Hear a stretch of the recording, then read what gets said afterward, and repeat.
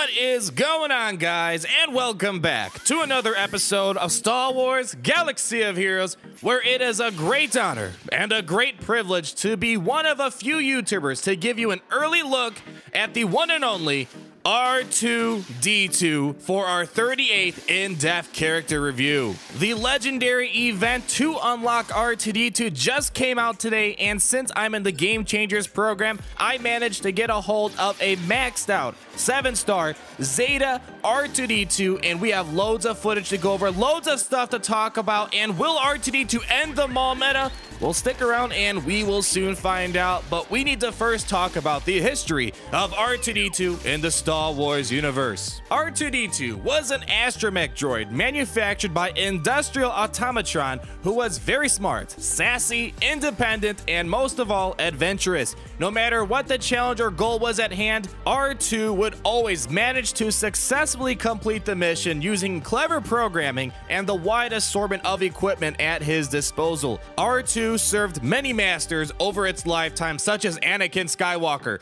Bail Organa, and Luke Skywalker, and often found himself in some of the most pivotal moments in galactic history, ranging from the Clone Wars, the Galactic Civil War, and the rise of the First Order. Upon being reactivated from his time in semi-retirement, R2 was ready to spring back into action and assist Rey in her journey to locate Luke Skywalker so he could once more spring back into yet another adventure. And in Star Wars Galaxy of Heroes, we continue to see R2-D2 utilize his cunning ability to adapt in battle and support his team while also working with many factions across the Star Wars universe. The first thing we are going to talk about now is how do we unlock and get R2-D2 to 7 stars, and there's only one method you can get him at, and probably the only method you will ever get him at, and that is in a legendary event known as Daring Droid. It is similar to the Yoda and Palpatine event, but instead for this event, it requires 5-star Empire characters to unlock and 5 7-star Empire characters to get to 7 stars. And after destroying that event with your lovely Empire characters, you're probably wondering, hey, how does R2-D2 compare in terms of numbers in the game? Well, let's take a look at the stats of R2-D2, where we first look at the pros, and he is in a couple great things. First of all, R2-D2 is number 8 in speed, where he is at 157, definitely way above the average there. Also, R2-D2 is number 26 in health, which is great for a support character, where he is rocking 23,999 health. Likewise, when looking at his combined health and protection, he is number 38, where his combined health and protection is 46,169, so he will be able to take plenty of punches before he goes to the scrapyard. And lastly, it's always good to have some sort of health steal, and he has a 5% base health steal. Now, R2 isn't amazing at everything in the game, and of course, there are some things he is average at, and the first thing we need to point out is potency, where he is number 54. His potency is not too far off the average because the average is 31% and R2 is at 33%, but it's something to keep in mind if you want to make sure he can stun constantly. R2-D2 is also number 43 in protection, where his total protection is 22,170. R2-D2 also has an AoE. There are 43 characters with an AoE, with R2-D2 being number 28 in the game, where his AoE damage output is roughly 2,684, and this is an important AoE because it is meant to help deter the mall meta. And the last average thing to look at is maximum basic damage, which you will be using quite frequently, is number 39 in the game, where it deals roughly 4,523 damage. And even though this guy's legendary, he's cool and all, but he still has stuff that Chewbacca wants to cry about. Fortunately, there is only one bad thing about him, and that is his maximum damage output, where he is number 80 in the game, where his maximum damage output is at 4,523, which is definitely below that average. So we have the numbers. Let's take a look at R2-D2's abilities to start understanding how they blend together, and we first look at his basic attack, known as Electroshock Prod. It deals physical damage to the target enemy with an 80% chance to stun for 1 turn, and it does 30% more damage against targets who have the burning debuff. And when attacking a burnt target, this could roughly do over 5,500 before calculating critical damage.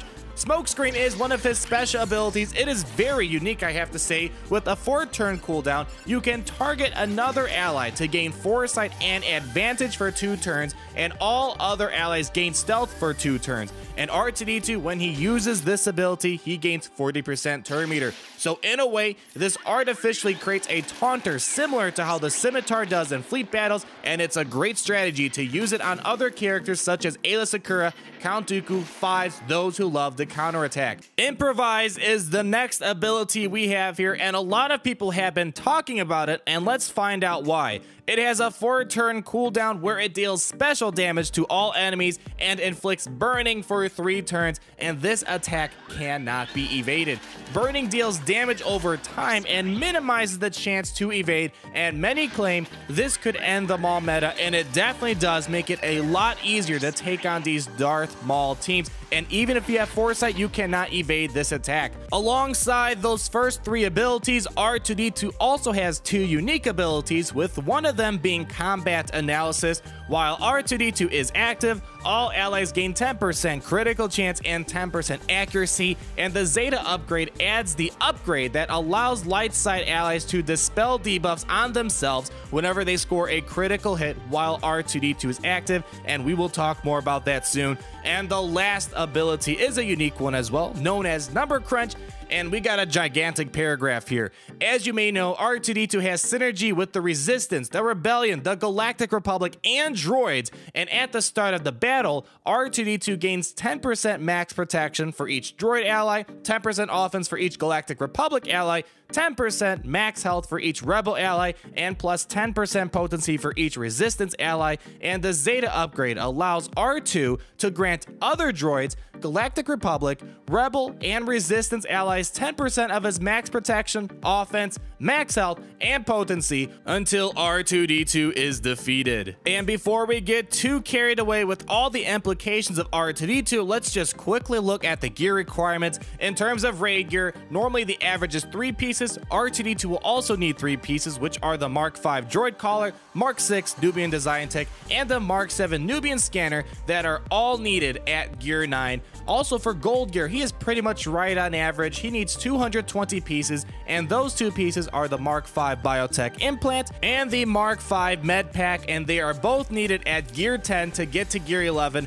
And purple gear, R2-D2 is quite harsh. The average is 1,138 pieces, and R2-D2 needs 1,450, making him number 9 in purple gear requirements, with the most popular pieces being the Mark III Carbonti sensor arrays. He will need 250 of those, Mark V stun guns, 200 of those, and the Mark III CNR hollow projectors, where he needs 120 of those. And for blue, green, and white gear, he is below average for blue and white and average for green. So now it is time to put the whole picture together and take a look at my subjective part of the review. And first of all, with my thoughts, R2-D2, he's a great character. When he has his Zeta ability and is paired with many light side characters, he's almost unstoppable to some extent. He grants and gains bonuses to many of his allies. Most of the light side characters are aligned with all of the faction tags he's associated with, which acts as a second mini leader ability for your team. One thing I really did enjoy is the ability to force an ally to stand out while the rest hide with Smokescreen.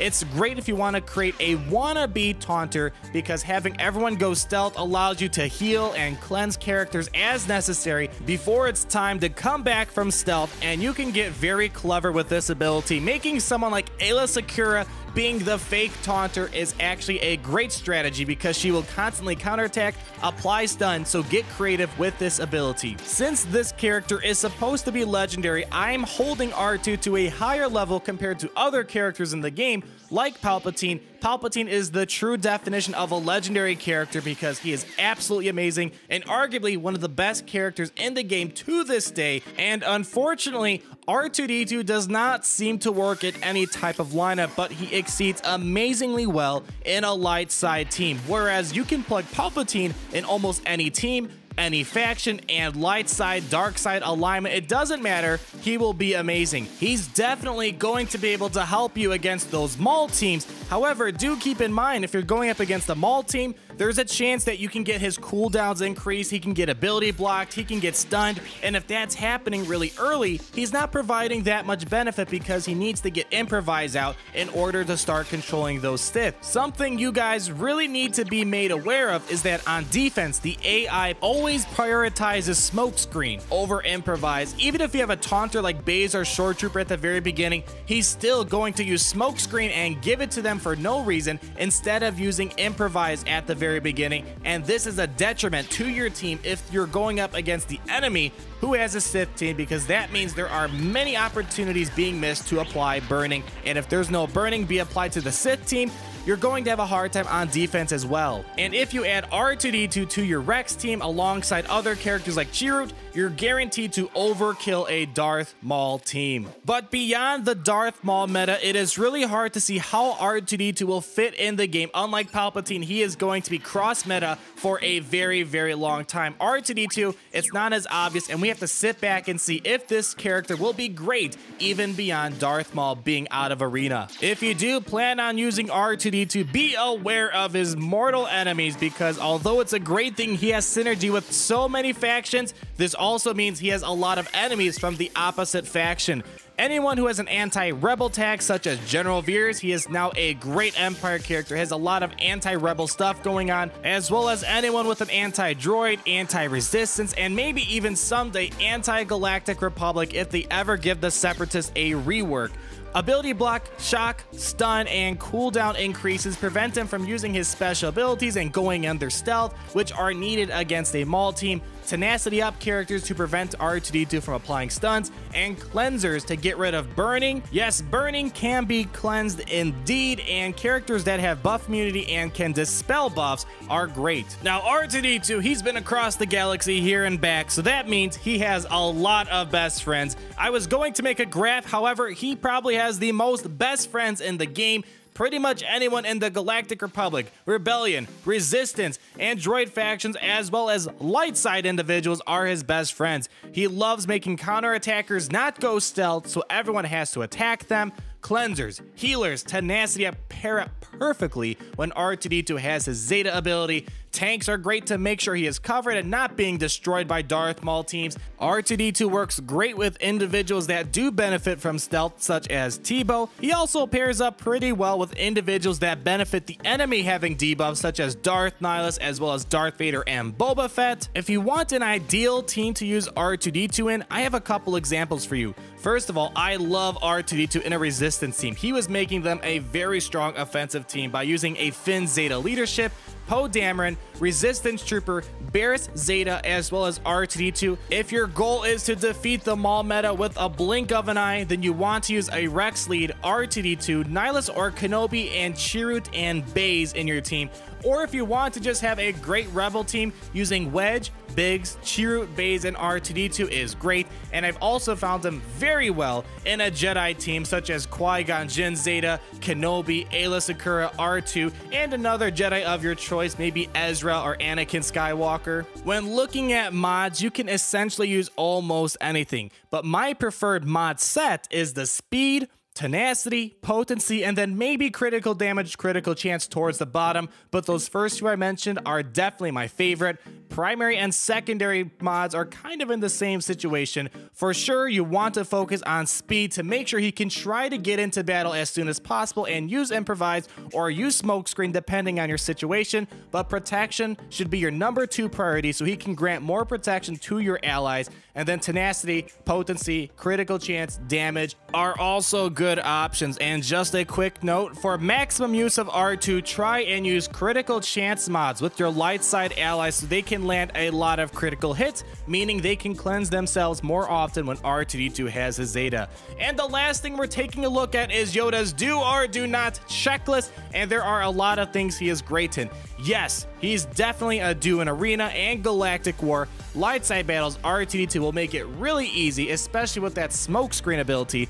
Cantina is definitely a do. Mod challenges, he is aligned with so many different factions, so he is a great plug-and-play character for the Resistance, Rebellion, all those great factions, so definitely do. As of now, do not for ships, but I can definitely see him being used for some sort of ship in the future.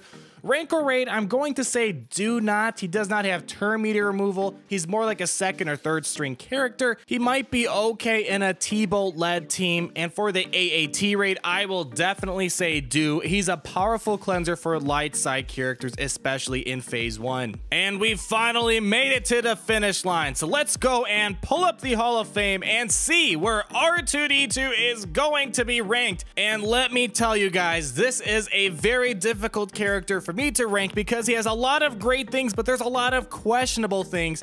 And with that in mind, from Grandmaster to Youngling, we are going to place R2-D2 as a Master. He seems to just be mainly tailored against a Darth Maul team and not for general use like other characters such as Emperor Palpatine. Still a great character nonetheless, and if your goal is taking out Darth Maul and making them a breeze, R2-D2 is going to be your guy. So I hoped you enjoyed this exclusive review of R2-D2, and if you did enjoy this video, please feel free to drop me a like, subscribe so you're not missing a thing. Check out my Patreon page if you want early access to videos as well as a monthly hangout session or even the scripts for these in-depth reviews. And we will talk again very soon, my friends. Peace out.